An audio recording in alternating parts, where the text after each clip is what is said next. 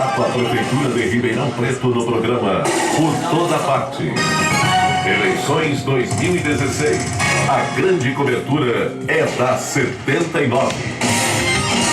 Aqui na Rádio 79 nós faremos essas 9 entrevistas com os candidatos a prefeitos de Ribeirão Preto. No dia 2 de outubro, durante toda a programação, a 79 receberá autoridades de Ribeirão Preto, economistas, professores, gente de todos os cantos e por toda parte da cidade que tem de alguma forma alguma atuação, né, no campo do desenvolvimento social, político, econômico, educacional, esportivo em Ribeirão Preto. Nós faremos aqui durante todo o dia das eleições momentos em que você, eleitor, você ouvinte, pode também participar com seus questionamentos, tá bom? É a grande cobertura das eleições. Vai ter também um repórter, e aí espalhado, né, alguns repórteres espalhados pela cidade, dando um pouco a panorâmica das eleições, falando sobre o movimento, as tendências, para que você possa acompanhar e ficar a par de todos os acontecimentos das eleições 2016. Bom, eu, Juninho Fonseca, Flávio Zeotti, Nana Vox, toda a equipe do Por Toda Parte, o Flávio Freitas, que também está por aqui hoje numa outra posição, né, comentarista esportivo, Rodrigo Arantes, Sandro, o João Pedro, nossa equipe Marcela Bagini, Claudete Feijó, a Chantal Azarrer, o Neymar, enfim, o Júnior Mota, todas as pessoas que contribuíram, Carlos Calisto, nosso padrinho, nosso diretor aqui da 79, conversamos com diversas pessoas, perguntando a elas o que elas queriam saber dos seus candidatos. Quais as perguntas, quais as inquietações, quais as necessidades, quais as expectativas para que esse novo candidato possa se desdobrar aí, né, e se empenhar na resolução dos problemas de Ribeirão Preto e construa no seu plano de governo, com certeza, situações favoráveis para a resolução desses conflitos todos que a gente tem acompanhado aí na grande mídia. A própria 79 também vem fazendo a sua cobertura e a sua repercussão. Eu quero começar aqui a minha primeira pergunta com uma introdução, candidato Wagner Rodrigues.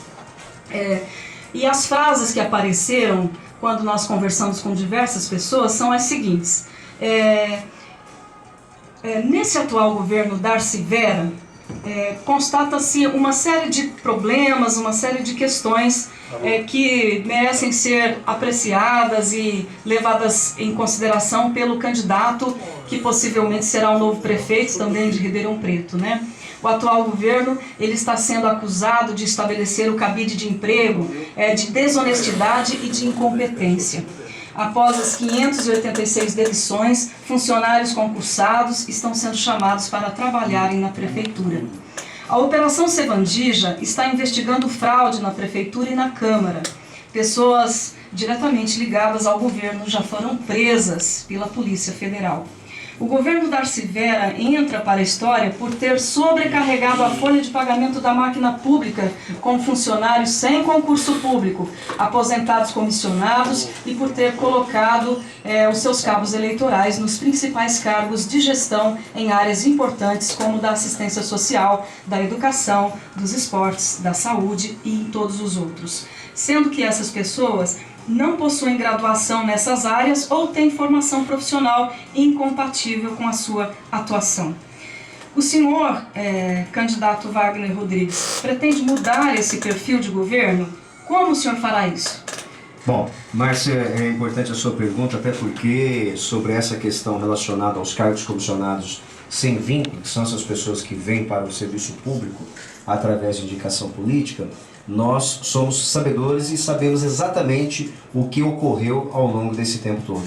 Numa atitude do governo desesperada de enganar e burlar a Constituição Federal, que fala que o ingresso no serviço público é somente através do concurso público, e a nossa atividade sindical, no caso, eu estava à presidência do Sindicato dos Servidores, há 2 ou 3 anos atrás nós iniciamos uma operação chamada Operação Sanguessuga, porque nós tínhamos a necessidade de saber qual era o tamanho dessa máquina pública em relação à contratação de cargos comissionados sem vínculo. Os servidores reclamavam para a gente todo momento que a qualquer dia, a qualquer hora, chegava uma pessoa e falava: hoje eu sou teu chefe, hoje eu sou a pessoa que vou despachar com você diariamente. E essa pessoa, você não tinha uma relação, por exemplo, de que ela poderia realmente ser o chefe, como ela seria o chefe, porque não tem uma publicação sequer no Diário Oficial do município dizendo que aquele fulano que ingressou naquele momento no serviço público seria o chefe dali para frente. Nós fizemos essa operação para poder identificar. Fomos até o Ministério Público do Trabalho para poder parar com essa questão da contratação através que nós chamamos de quarteirização de serviço, porque foi contratada através da CODERP uma empresa que contratava trabalhadores. Logicamente que não eram trabalhadores. Nós temos sim uma grande parte dessas pessoas que estavam lá executando tarefas diárias importantes para a cidade, mas a grande parte dessas pessoas são cabides de emprego, cargos incomissionados sem vínculo, que não tem nenhum vínculo com a prefeitura. Nós temos que acabar com isso. No primeiro dia da prefeitura, quando nós vamos assumir agora, dia 1º de janeiro de 2017, nós vamos acabar com essa história em relação a cargos de comissão sem vínculo. Nós temos que investir no serviço público, na contratação das pessoas e criar mecanismos de transparência. Não pode uma pessoa ingressar ao serviço público e não ter o seu nome divulgado. Cabe a nós, através da lei da transparência, entregar todos os nossos bens quando assumimos um cargo público, no caso, ser servidor público concursado. E essas pessoas? Quem são essas pessoas? Ninguém sabe. Nós precisamos mudar esse paradigma hoje existente dentro da prefeitura. Mas é válido lembrar, é desse governo e de governos anteriores. Isso é uma prática de 15 anos que vem se estendendo ao longo do serviço público. O senhor então pretende fazer os concursos públicos? Nós temos que fazer concurso público. Por exemplo, Guarda Civil Municipal. Se nós não dobrarmos hoje o número de efetivo, nós não temos um tipo de atendimento. E não é apenas para dar segurança nas unidades de saúde. O que falta, por exemplo, na saúde é a questão relacionada à gestão pública. Nós temos que ter uma saúde pública ampla. Agora, precisa de bens em relação ao patrimônio, fazer integração em relação às outras secretarias de contratação de servidores, como agentes administrativos, como agentes comunitários, como agentes, por exemplo, do controle de vetores, para dar necessidade de uma política pública e uma gestão mais ampla. Nós gostaríamos que o senhor, candidato, comentasse agora qual é a sua apreciação, como é que o senhor está lidando com a questão da Operação Servandija. Nós sabemos aí que diversos nomes, né, estão sendo investigados, tem algumas pessoas que foram inclusive presas, né, ligadas diretamente à prefeita Darcy Vera. Aparece principalmente ligada ao seu nome a advogada Maria Zueli Alves Librandi. Essa advogada teria dito que o senhor também pediu dinheiro a ela,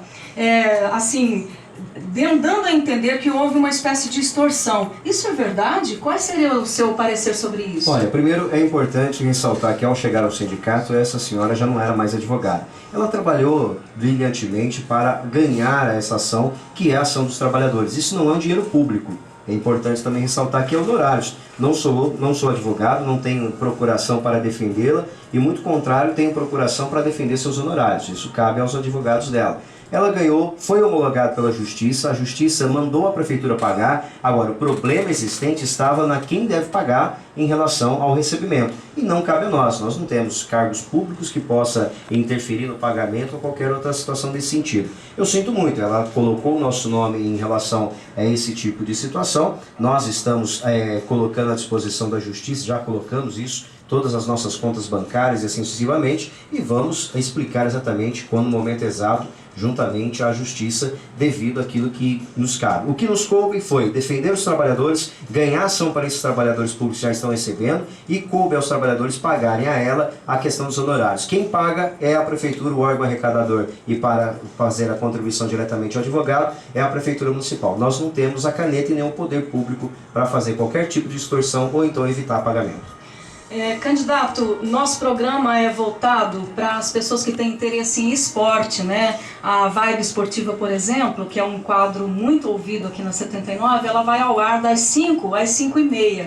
Então, nesse momento, com certeza, estão ligados e acompanhando a programação as pessoas que têm muito interesse pelo campo dos esportes. E eu tenho aqui na bancada, né, a felicidade de ter ao meu lado o Flávio Zeotti, que além de professor de histórias, é um professor também de comentário esportivo, né, Flávio? E tem o Juninho Fonseca, que foi secretário de Educação, dirigente esportivo, secretário de esportes, né? Será que um dia você será de educação? É premonição isso Ou aqui. será? Pode ser. Pois é. E aí nós queremos agora partir para esse campo, né, fazer as nossas perguntas em torno da questão do esporte. Tem alguma consideração, Flávio, que você gostaria antes dele responder? Nós temos, né, o Ribeirão sempre teve projetos bastante importantes na área do esporte. Né? Saber se tem alguma questão que vai fomentar esses projetos, se vai melhorar, modificar, porque também de um tempo para cá as coisas não estão tão boas assim. Então, nessa questão de o que fazer, né? Como vai ser a atenção da sua administração para essa questão do esporte. Juninho Fonseca, você pode completar, por favor? Isso, eu queria já colocar junto, Wagner, para te facilitar. Ótimo. Você pode criar uma resposta mais ampla. Eu estive você sabe que eu fui secretário, e a Secretaria de Esportes ela precisa de um impacto, né?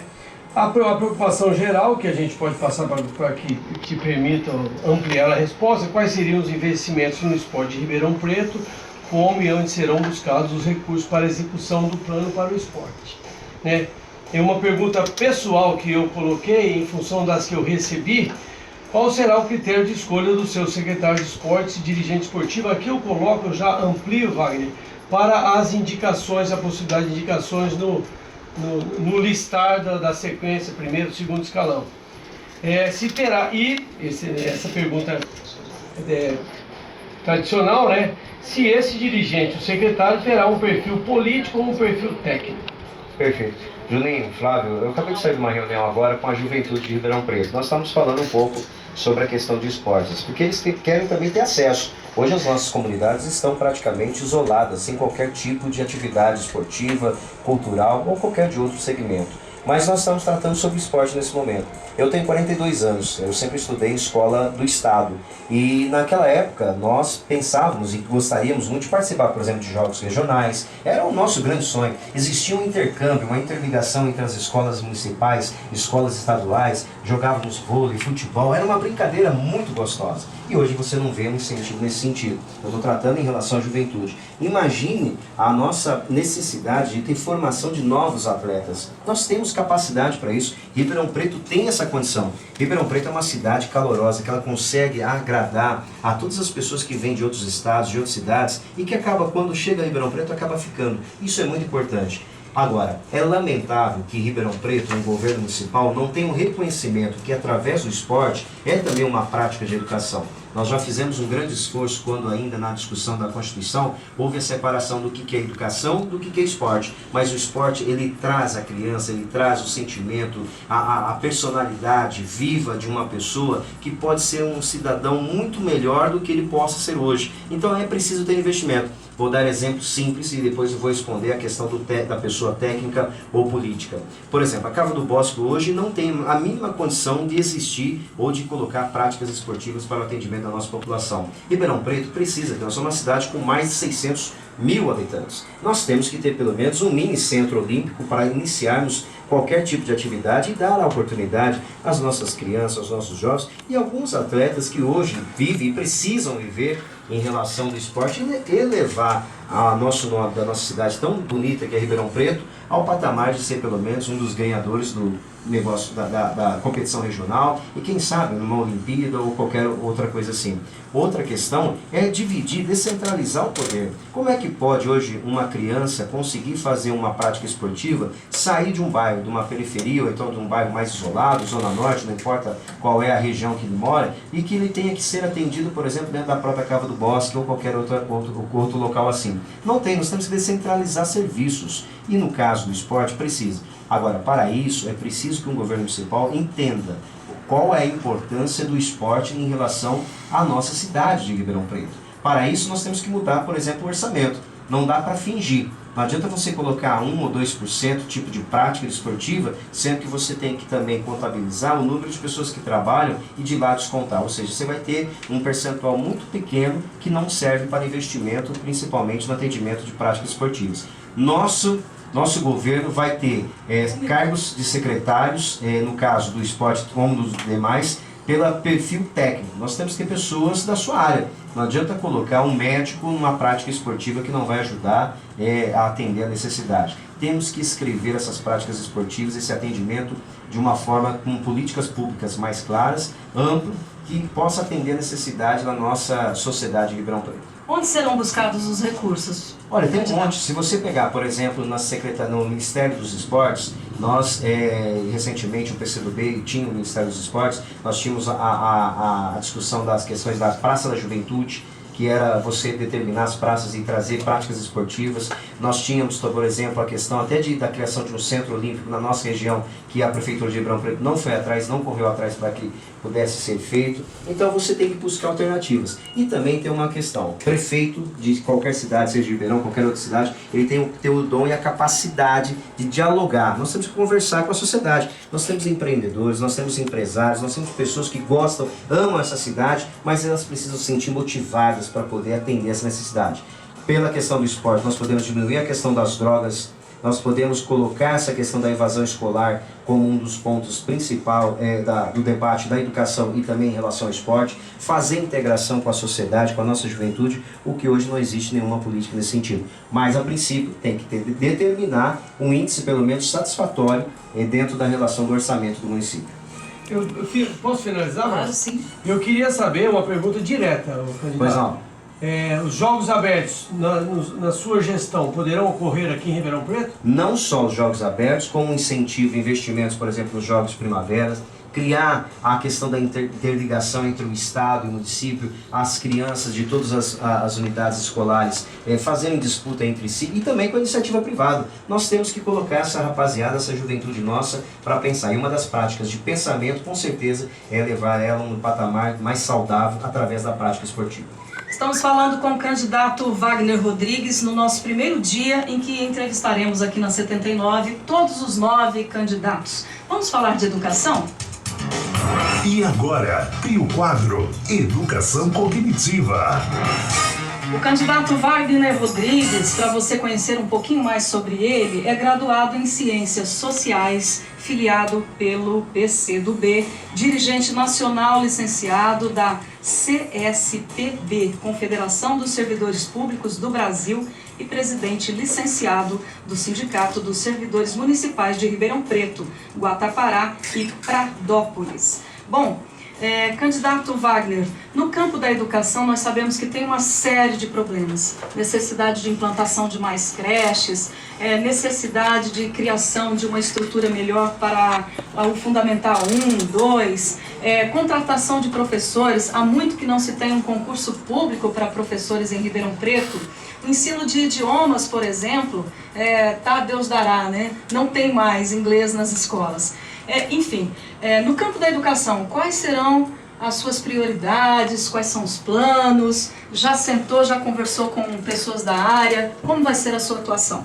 Márcia, nós temos conversado muito com os nossos professores, com as pessoas profissionais da educação, em relação a nesse segmento tão importante e a necessidade de Ribeirão Preto ter essa capacidade de formar as nossas crianças para o mercado de trabalho, para uma sociedade, para a parte intelectual. Ribeirão Preto sempre foi polo na educação, polo na saúde, e deixamos de ser ao longo do tempo. Nós temos que parar de fingir de ser alguma coisa, nós temos que ser de fato. Vou dar exemplo para você. Nós tivemos ao longo desses últimos 8 anos várias conferências municipais.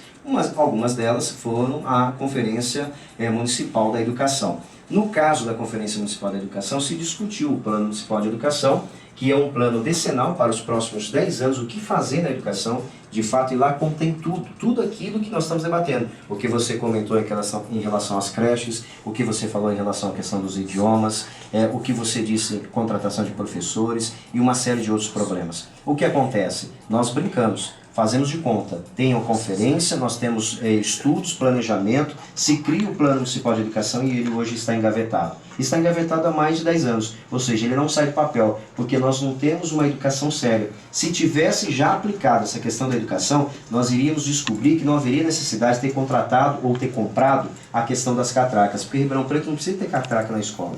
A escola precisa estar aberta, o que precisa é ter um prefeito que saiba fazer a ponte do diálogo entre a sociedade e a educação. Nós temos que colocar a população de Ribeirão Preto para dentro das escolas. ter integração. Então nós vamos ver depredação de patrimônio, nós vamos ter dificuldades em relação a professores, quando não temos um total de professores que possa atender. A Zona Norte hoje é a região que mais necessita de creches, no caso que são as 6, hoje já não é mais creche, são os centros de educação infantil, e nós temos solução para isso. Vou te dar um exemplo em relação, por exemplo, às 6. Nós temos hoje 17 núcleos, 14 núcleos, melhor dizendo, da assistência social.